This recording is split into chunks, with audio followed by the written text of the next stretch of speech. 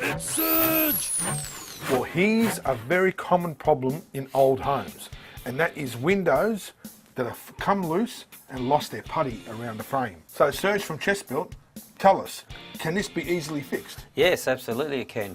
It's a common problem, like you said, Mr. Sink. What happens is now what we've got to do is we've got to scrape all the rubbish off the edge and clean a little bit off the window. Then we reapply the new putty. Is it important that you use a glazing? Yes, putty? Definitely. Why is that? Because it's an oil based. It won't melt or fray in the actual weather with the water. Show us how it's done. Okay, no worries. So in this case, what we need is a little scraper, a little brush, and obviously the putty. So what we do is we just scrape all the rubbish off it. See, it's got a bit of dirt, a bit of the old putty. Very important to clean it, otherwise it won't stick. Once it's nice and clean, you use the brush, get all the dust, otherwise the putty won't stick. Just double check it if you like. It's always good to double check.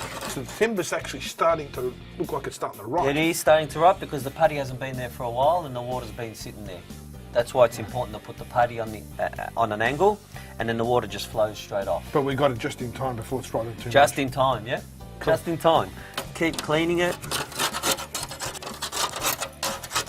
Now that we've cleaned and prepared it, we get the linseed oil, putty, and we get, the best way to do it is you get some out,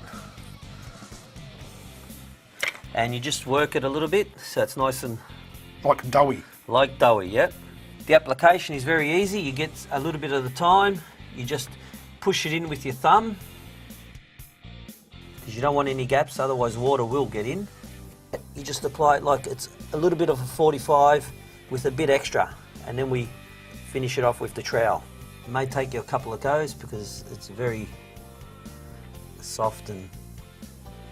Okay, now once we've completed it, you'll have to leave it for at least 2 weeks for it to dry, to cure. Once it's cured, you're ready to go and paint.